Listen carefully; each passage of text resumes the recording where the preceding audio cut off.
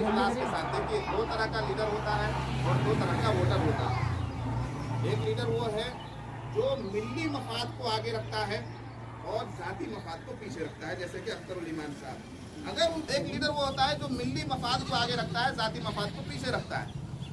और वोटर भी दो तरह का होता है, जाती मफाद को आगे रखने वाला और मिली मफाद को आगे रखने वाला। वो वोटर जो जाती मफाद को आगे रखता है, उसको जिधर से पैसा मिलेगा वो उधर चला जाएगा, जिधर से पैसा मिलेगा उसकी बरकरी करना शुरू कर देगा, जिधर से पैसा मिलेगा उसकी हवाबाजी करना शुरू कर देगा। और जिसको मिली मफाद, जिस वोटर के पेश नज़र है और जिसका नज़रिया बना हुआ है, जो कौमी मफाद को सोच रहा है कि नहीं हमारी कौम का फ़ायदा होना चाहिए, मिल्लत का फ़ायदा होना चाहिए, उम्मत का फ़ायदा होना चाहिए, पूरे इज्तिमाइयत का फ़ायदा होना चाहिए, उसको कोई कितना ही पैसा देकर अगर अपने लिए काम कराना चाहे तो वो काम नहीं करेगा। हो सकता है तो दो तरह के वोटर होते हैं, दो तरह के लीडर होते हैं। हमें समझने की ज़रूरत है। अल्लाह ताला समझने की